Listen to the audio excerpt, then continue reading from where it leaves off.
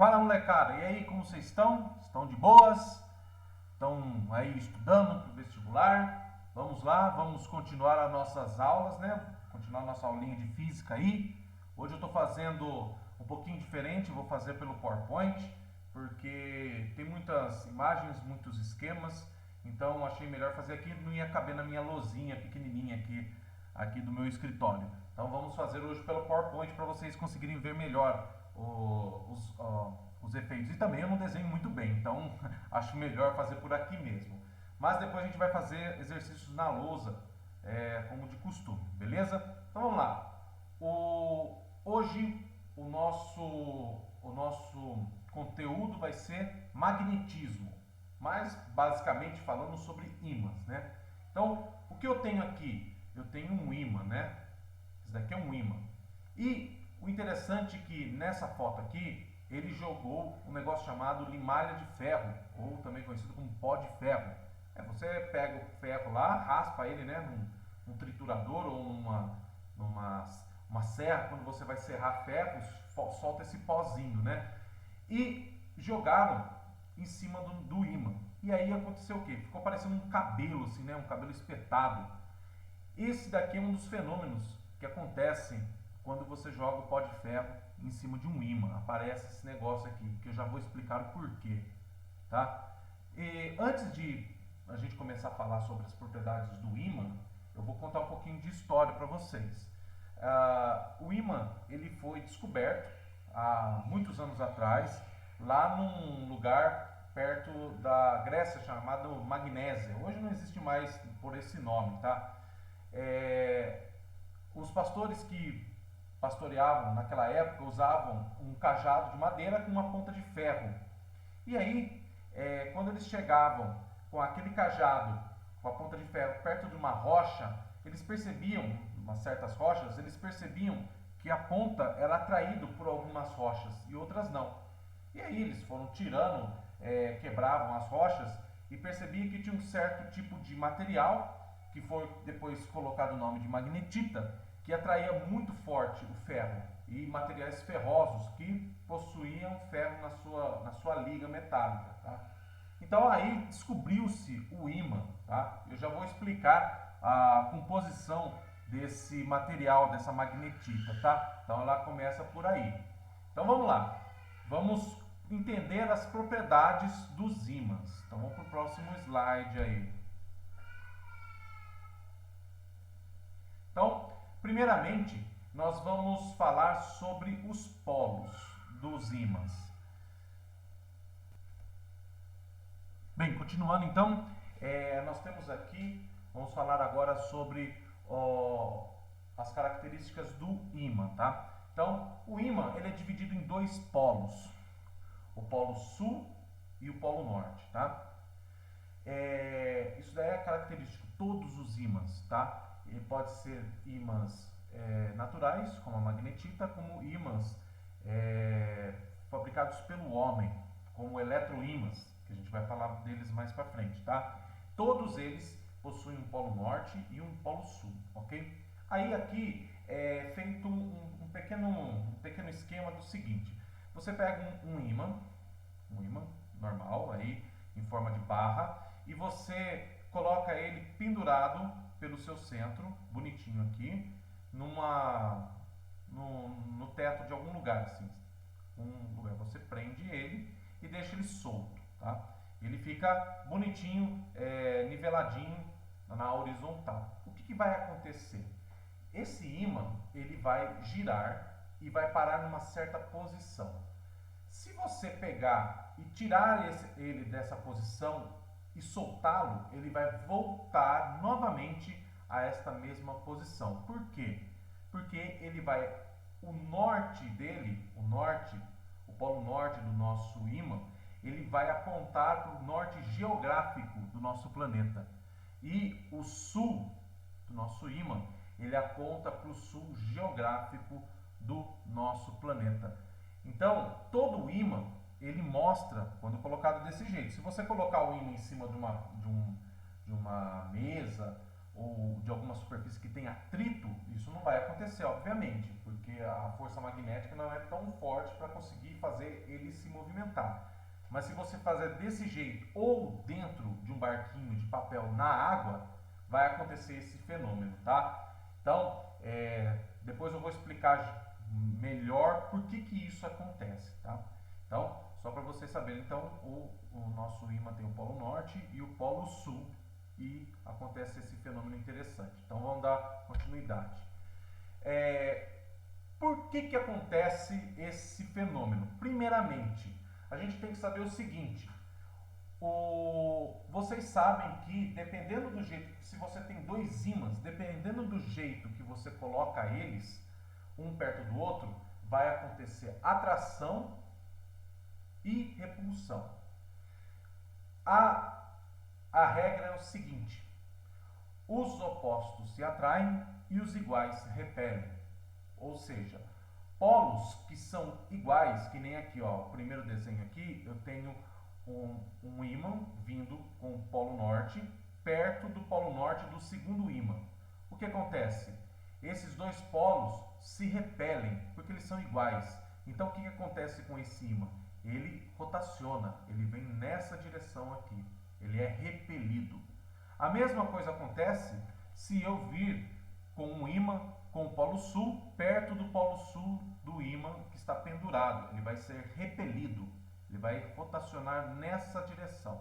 Agora, se eu vier com o polo sul, com um ímã secundário, com esse daqui que está pendurado no polo norte, e aproximar os polos que são opostos, acontecerá o que? Atração. Então ele vai grudar aqui no nosso, ele vai rotacionar nesse sentido e vai grudar com o nosso segundo ímã. Então isso é uma propriedade também dos ímãs que vocês devem conhecer bastante, tá? Então os opostos se atraem e os iguais se repelem. É uma lei aí imutável dos ímãs. Então vamos para o próximo. A próxima propriedade dos ímãs é o que? A inseparabilidade dos polos. Então, se eu tenho aqui um ímã grandão, bem grandão assim, ó, uma barra de ímã, eu venho com uma serra aqui e corto ele bem aqui no meio, bem aqui, ó. O que vai acontecer? Ah, professor, vai ficar o polo norte desse lado e o polo sul deste lado. Errado. Você, ao cortar um ímã, você gera dois ímãs que tem polo norte e polo sul. Polo norte, polo sul. Se você vir aqui e cortar de novo aqui e aqui, vai formar mais quatro ímãs no caso, né? Mas com polo norte e com polo sul. Você nunca consegue separar o polo norte do polo sul. Isso é impossível, tá? Impossível. Por quê?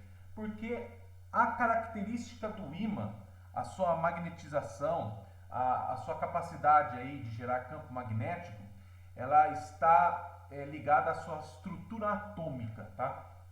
A sua estrutura atômica é que gera o campo magnético dentro do ímã, tá? Então, para você conseguir separar os polos de um ímã, você tem que ir a nível atômico.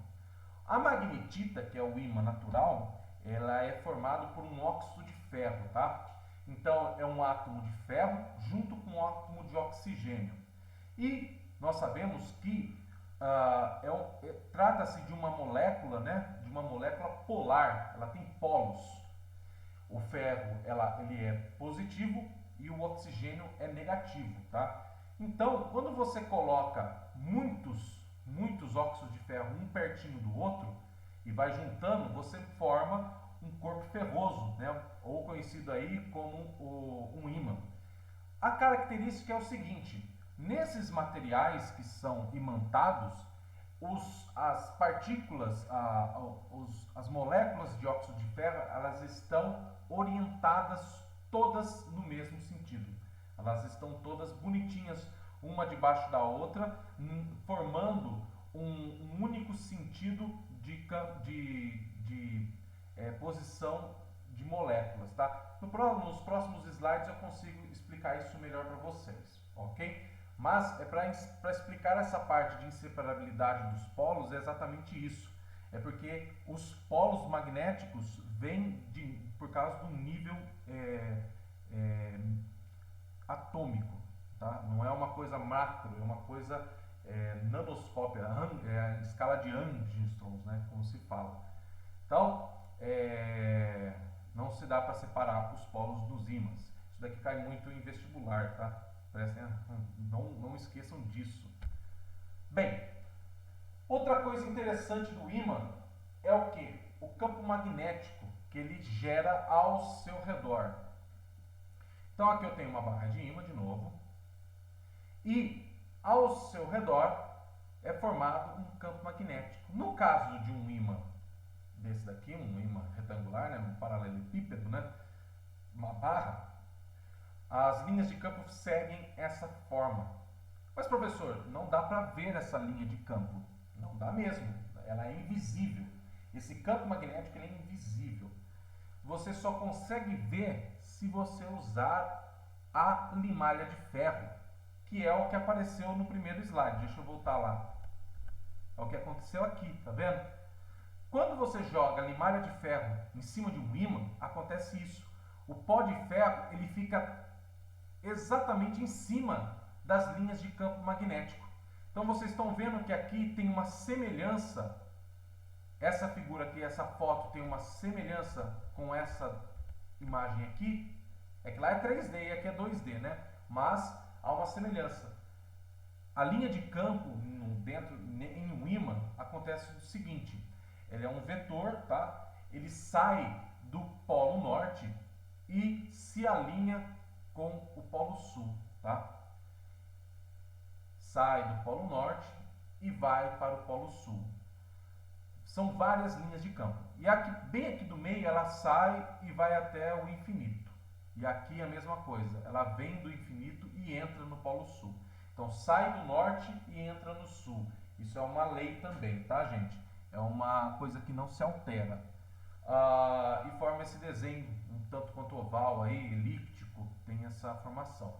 O interessante é o seguinte: esse campo magnético é o que faz se tornar forte o ímã, tá? Quanto mais forte e mais linhas de campo magnético, mais forte é o ímã. E onde que está mais presente essas linhas de campo? Bem próximo aos polos. Então aqui, ó, nessa região e nessa região aqui, as linhas de campo são mais fortes. À medida que você se distancia desses pontos, dos polos, o campo magnético vai se tornando cada vez mais fraco, cada vez mais fraco. Obviamente, né? Quando você vai brincar com dois ímãs, né? Se você coloca os ímãs um longe do outro, praticamente não existe atração e nem repulsão. À medida que você vai aproximando, vai aparecendo a atração ou a repulsão entre os ímãs. Quando você coloca muito perto um do outro, é praticamente impossível de segurar eles. Quando chega bem próximo mesmo, a uma distância de uma folha de papel, você não consegue mais segurá-los, tá? É muito difícil. E dependendo do tamanho do seu ímã, é basicamente impossível. Se você tem um ímã aí de neodímio, que é o ímã mais poderoso aí do nosso conhecido aí, natural, obviamente, o ímã de neodímio, mais poderoso que existe na natureza, se você soltar com polos opostos, um próximo do outro, na hora que eles se colidem, eles até quebram, de tão forte que é as linhas de campo entre eles, tá? Se você colocar o seu dedo no meio, é perigoso amputar o seu dedo, por causa da colisão, tá? Então cuidado aí quando você brinca com ímãs, principalmente se forem ímãs grandes, tá? É perigoso aí você até perder um pedaço do seu dedo aí. Beleza? Então, aqui eu tenho um outro ímã, tá? É um outro ímã, que também é conhecido como bússola, tá? Que é o próximo que a gente vai falar. Na hora que eu coloco esse ímã próximo do ímã grande, esse ímã ele se alinha às linhas de campo do ímã maior, formando esse fenômeno. Se eu coloco ele esse ímã para cá, ele vai se alinhar também. Então, o norte dele vai apontar sempre para o sul e o sul sempre aponta para o norte, tá? Então, há um alinhamento de campos magnéticos. Outra coisa que eu esqueci de falar, o campo magnético, esse campo aqui, essas linhas de campo, elas também passam por dentro do ímã, tá? Elas estão presentes dentro do ímã. Só que a gente não consegue ver com a limalha de ferro porque ela não entra dentro do ímã, né? A gente só consegue ver por fora, mas por dentro também existe esse campo magnético, ok? Outra coisa interessante não há nada que consiga assim meio que blindar esse campo magnético. Você não consegue fazer assim, eu coloco um material aqui na frente e eu não vou deixar que essa linha de campo passe. Você consegue deflexionar essa linha de campo com outro ímã, mas qualquer material que você coloca aqui, você pode colocar chumbo aqui, o campo magnético ele vai passar, tá? Ele não tem nada que ele não consiga penetrar, tá, ok? Porque não é uma coisa física, é uma linha de campo, é uma linha de força, tá? Não é uma coisa que vocês conseguem entender melhor quando vocês vão para a física avançada ou a física moderna. É um tipo de linha de campo que nada consegue segurar, ela passa por qualquer coisa. É que nem o Wi-Fi, né? O Wi-Fi ele perde força, né? Ele perde força, mas ele passa, tá? Ele passa pelo ferro, passa pelo tijolo, concreto, ele perde um pouco de força, de intensidade, mas ele passa, ok? Há experiências interessantes que você coloca um ímã debaixo da mesa assim e fica mexendo com outro em cima, né? E pode ser mesa de titânio, pode ser mesa de chumbo, a linha de campo passa do mesmo jeito. O que deixa mais fraco ou mais forte é a distância, ok? Então vamos para o próximo aí. Agora vamos falar, né, daquele fenômeno que eu falei no segundo slide, que é a questão de que quando você coloca um ímã, né, solto, que nem ou dentro de um barquinho de papel na água ou pendurado por um fio, por que ele alinha ao polo norte terrestre geográfico e o polo sul geográfico do nosso planeta? Por quê? Porque o nosso planeta é um grande ímã, tá? Ele possui um campo magnético ao seu redor, tá? Então aqui tem um esquema aí mostrando como que é as linhas de campo ao redor do nosso planeta, tá? Obviamente que não tem uma barra gigante de magnetita lá no núcleo da Terra. Ninguém foi lá para ver também porque é muito quente, mas dizem os cientistas, né, que o campo magnético do nosso planeta ele é gerado por causa de uma grande massa de ferro fundido, óxido de ferro fundido, no núcleo do nosso planeta. A uma temperatura aí muito alta, tá? Então é um fluido, né? Um fluido extremamente quente de óxido de ferro que se movimenta, dizem que ele está em movimento bem rápido até, e forma esse campo magnético ao redor do nosso planeta. Esse campo magnético, mais do que você, assim, ele não serve só para a gente se localizar aí por meio de bússolas, né? E nem aqui nós temos uma bússola. Ele serve para outras coisas também, tá? Mas eu vou falar primeiramente da bússola. Então, a bússola, esse daqui, essa pontinha vermelha que tem aqui, ela é um polo norte magnético, tá? E ela aponta para o norte do nosso planeta. Só que o norte geográfico do nosso planeta, tá vendo aqui, ó? O norte geográfico do nosso planeta, ele é o polo sul magnético. E o polo norte magnético do planeta é o sul geográfico. Então eles são invertidos, tá?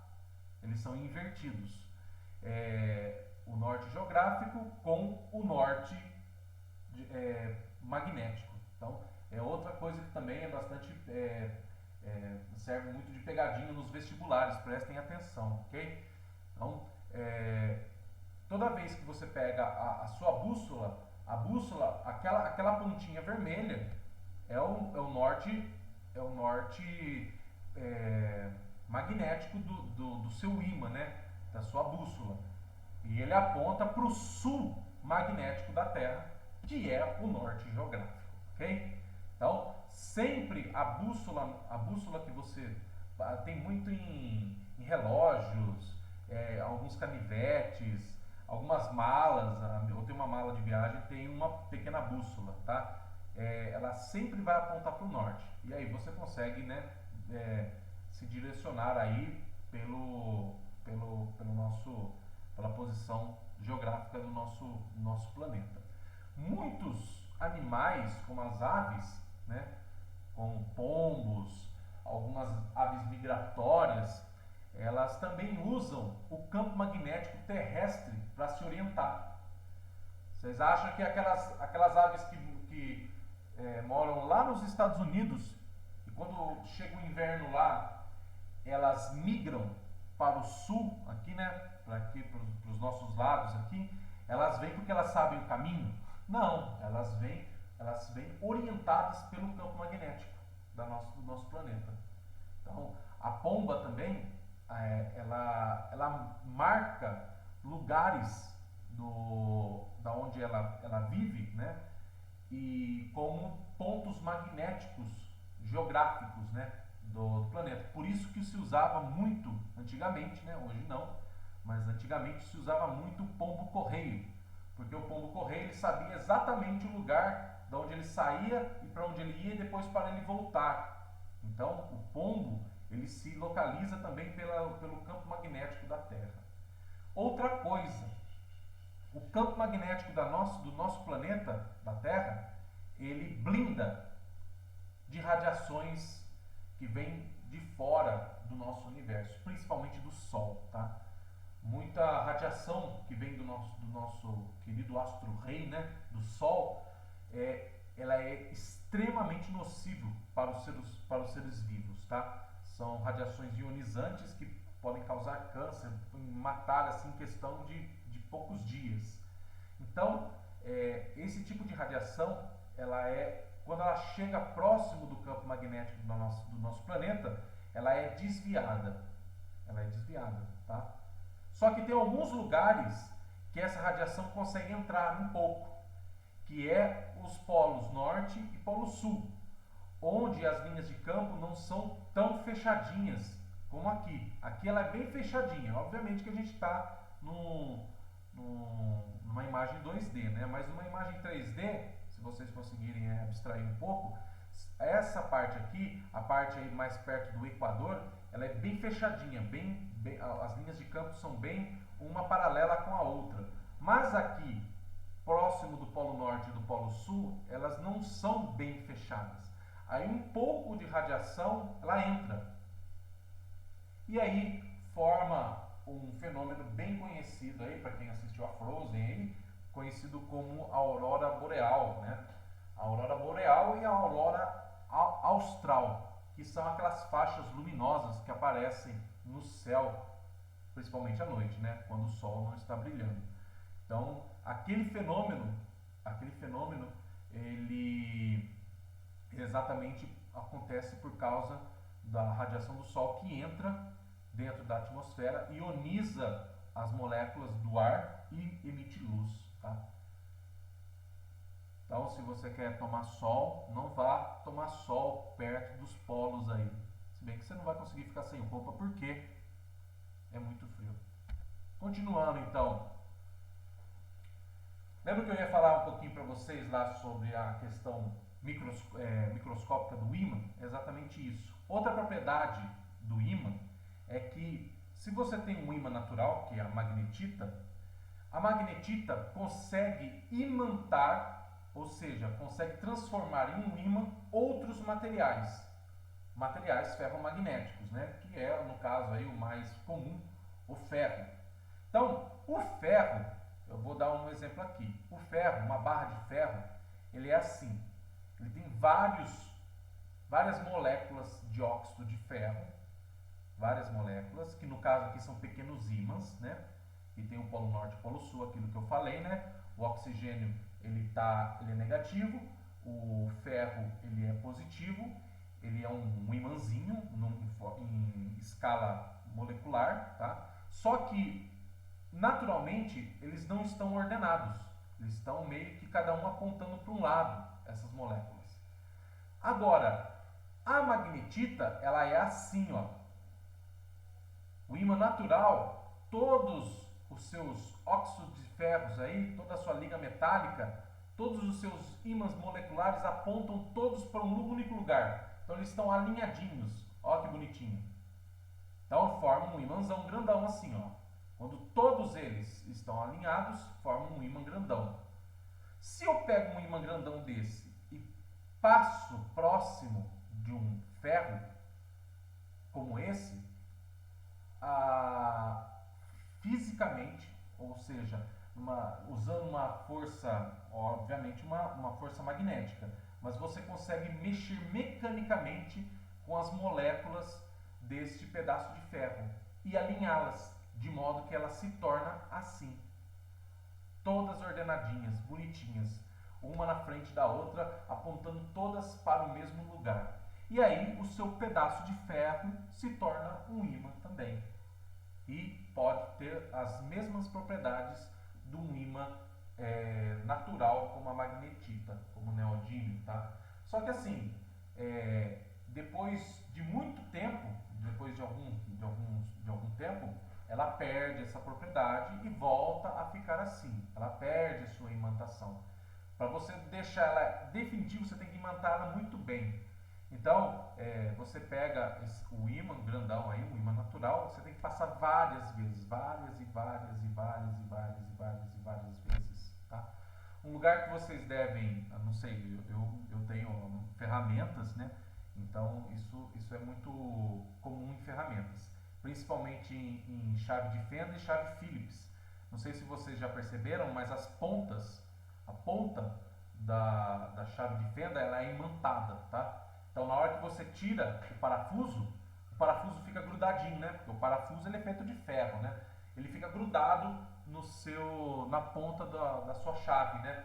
Por quê? Porque a ponta é imantada. Só que ela não é feita de magnetita. Ela é feita de ferro, porque a magnetita ela é muito fraca. Ela quebra muito fácil. Então, tem que ser feito de um material mais duro, mais resistente. Então, o ferro da ponta da chave Phillips e da chave fenda, ela é imantada. Beleza? Então, terminou aí os nossos slidezinhos. Vamos fazer alguns exercícios. O legal dessa parte aqui de ímãs é que é tudo conceitual, é tudo teórico, tá? Não tem contas por enquanto. Então, vamos fazer agora uns exercícios, vamos para a lousa para a gente conseguir fixar bem esse conteúdo, beleza? Vamos lá agora fazer uns exercícios de vestibular aí sobre ímãs. Então, tá na tela. FUVEST, São Paulo, um ímã em forma de barra de polaridade N norte e S sul é fixado numa mesma horizontal. Um outro ímã semelhante de polaridades desconhecida indica, só um minutinho aqui,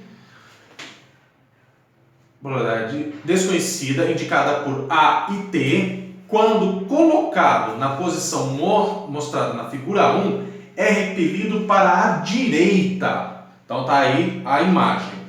Quebra-se esse ímã ao meio e utilizando as duas metades fazem-se 4 experiências. 1, 2, 3 e 4. Em que as metades são colocadas uma de cada vez nas proximidades do ímã.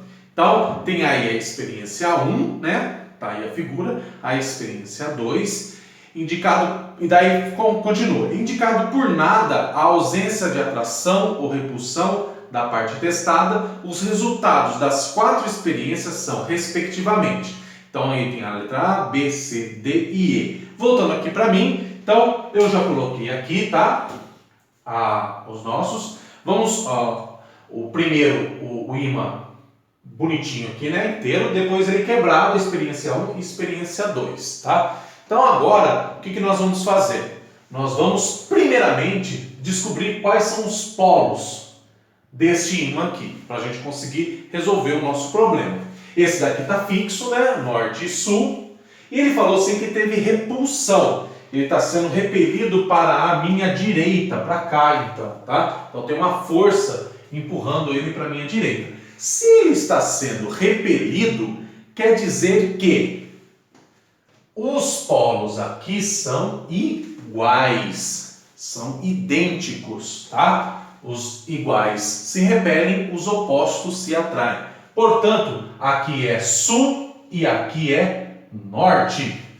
Vou fazer de azul, né? Eu já usei o azul aqui, né? Então, para diferenciar, ficar bem didático. Então, aqui é norte. Beleza. Já descobri quem que é o A e quem que é o T. Aí quebrou-se, né? Quebrou-se o ímã no meio. Crack! Quebrou o ímã no meio.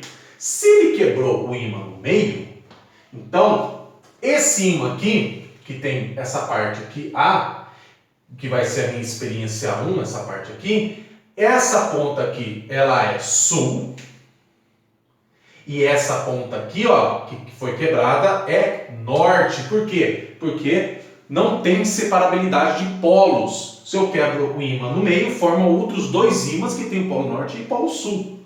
Então, o polo norte aqui, né? Então, se eu colocar na experiência 1 aqui, o que vai acontecer? Sul. Opa, eu coloquei as cores erradas aqui, desculpa, gente. Inverti as cores, daí dá... Vamos continuar. Sul e norte aqui, né? Bem, sul com sul, o que vai acontecer aqui? Repulsão. Repulsão. Então, a experiência 1 é repulsão. E aqui? Aí ele pegou esse pedaço e inverteu, né? Ele inverteu. Então, aqui está o meu polo norte, nessa parte, e aqui o meu polo sul, que é o A, né? O A é sul. O que vai acontecer? Aqui eu tenho sul perto de norte, então tem atração. Então, isso atrai isso. Então, atração. Então, a experiência 2 é atração. Aí eu vou fazer a experiência 3 e 4 aqui, tá bom? Vamos lá. Vou pegar o preto. Vou fazer menorzinho. Então, o E3 aqui. O E3. Experimento 3. Vai ser o ímã normal, né? O ímã normal, que é esse. E a outra metade, que é essa daqui, tá bom? Aí eu vou utilizar ela, vou pregar como se fosse o T do lado direito, tá bom? Então a parte quebrada aqui e aqui o meu T. Beleza? Beleza. Então eu sei que aqui o meu ímã original é norte e sul. E o outro lado, o que é? O T é norte. O T é norte. E a outra parte do ímã, o outro polo do ímã é sul. Tá aqui. Então, sul com sul dá repulsão. Repulsão. Beleza? Iguais se repelem. E por último, o E4. O E4. De novo o mesmo ímã. Fixo. Norte e sul.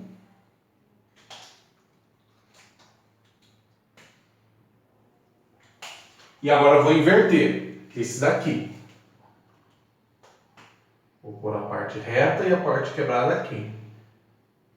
E aqui é o T, né? Eu sei que o T é norte. E então o outro polo é o sul. Então, sul com norte, atração. Então fica repulsão, atração, repulsão, atração. Vamos ver qual que é a letra. Letra A, né? Repulsão, atração, repulsão, atração. Letra A. Beleza? todos têm. Que não acontece nada, não acontece, tá? Que o ímã não acontece nada. Por quê? Porque ele fica com os polos. Então todos eles têm atração e repulsão, beleza? Vou dar um espacinho aqui para vocês tirarem o print. Aí. Então vamos para o próximo exercício, tá? Vamos lá. Vamos lá, mais um. Um agora da Universidade Estadual do Rio de Janeiro. Então tá na tela. As linhas de indução de um campo magnético uniforme são mostradas abaixo. Então tá aí as linhas horizontais aí apontando para a direita. Designado por N o polo norte e por S o polo sul de um ímã colocado no mesmo plano da figura, é possível concluir que o ímã permanecerá em repouso se estiver na seguinte posição. Então letra A, B, C e D. Voltando aqui para mim, então aqui as minhas linhas, tá? Apontando aí para a minha direita. Então, pelo conceito de polaridade e linha de campo de um ímã, eu sei que as linhas de campo elas sempre saem do norte e vai para o sul, ok? Então, aqui é polo norte e aqui é polo sul. Concorda comigo? Então, se eu soltar um ímã, digamos um ímã que esteja solto, né, livre de qualquer força de atrito. Se eu soltar um ímã aqui, um ímã em forma de barra, o que vai acontecer? O polo norte desse ímã vai apontar para o sul, aqui, e o polo sul do meu ímã vai apontar para o polo norte, ficando na posição horizontal. Então, eu vou desenhar o meu ímã aqui, vou desenhar aqui o meu ímã, minha barrinha, aqui. E aí, aqui vai ser atraído o sul, né? Aqui vai ser o meu sul. E aqui vai ser o meu norte. Que mostra aí a minha letra A. Minha letra A de amor. Amor à física, né? Que todos vocês têm. Beleza? Esse foi simples, né? Facinho, né? Dá um espacinho que vocês tiraram o printão. E vamos fazer mais umzinho só. Um bem facinho, tá? Vamos nessa. Último agora para terminar. Então, vamos fazer um da Universidade Federal do Alagoas. Está na tela. O esquema representa as posições relativas de dois ímãs idênticos, com polos nas extremidades, e os pontos P1, P2 e P3 nas proximidades dos ímãs.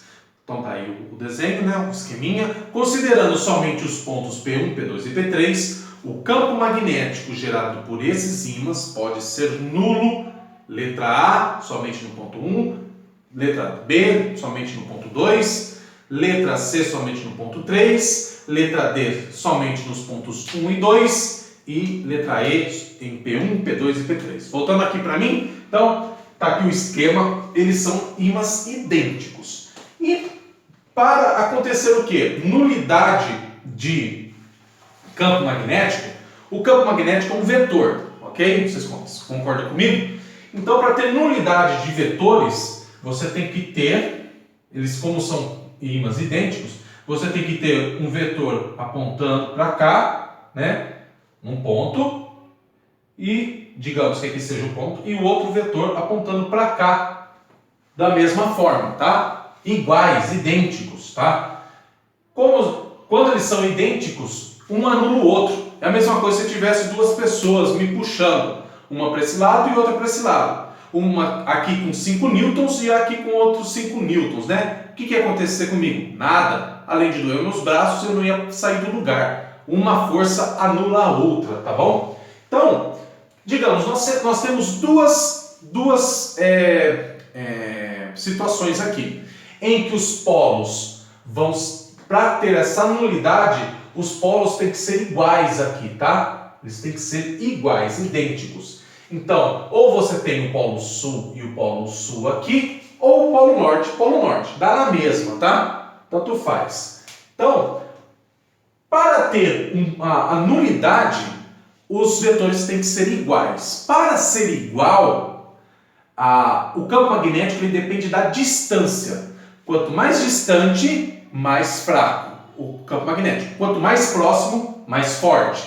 Então, a distância aqui tem que ser exatamente no meio entre os dois ímãs. Porque daí vai ser a mesma intensidade do campo magnético aqui e o campo magnético aqui. Concorda comigo? Esse campo magnético também, ele abre. Ele, digamos, se for sul, ele vai abrir assim, ó.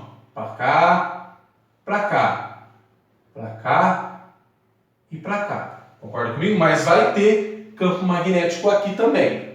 Mais fraco, mas vai ter. Como esses dois pontos estão exatamente no meio de uma reta que passa entre os dois ímãs, então no ponto P1 e no ponto P2 vai ser nulo o meu campo magnético. Nessa situação, né? Que os dois polos aqui sejam iguais, tanto sul como norte-norte. Agora, aqui não. Aqui não vai acontecer isso, tá? Por quê? Porque aqui, digamos que aqui esteja o polo norte, vai estar saindo aqui, né? Vai estar saindo um campo magnético aqui. E o outro vai estar muito afastado, praticamente nem vai estar atuando aqui, ou vai ser muito fraco, tá bom? Então aqui, o campo magnético aqui não vai ser nulo, ele vai estar apontando para cá, não vai ser zero. Então os únicos dois pontos que podem ter campo magnético nulo vai ser os pontos P1 e P2. Portanto, a nossa letra D de doideira. Ok? Então, questões conceituais, teóricas, essa parte de ímãs, polaridade, campo magnético é bem teórico, tá, gente? Não tem contas. Tem gente que adora, né? Eu gosto bastante. Então, espero que eu tenha ajudado vocês. Fica um forte abraço, um grande beijo. Se inscrevam no canal aí para mais exercícios. Tá acompanhando a gente. Um forte abraço e fui!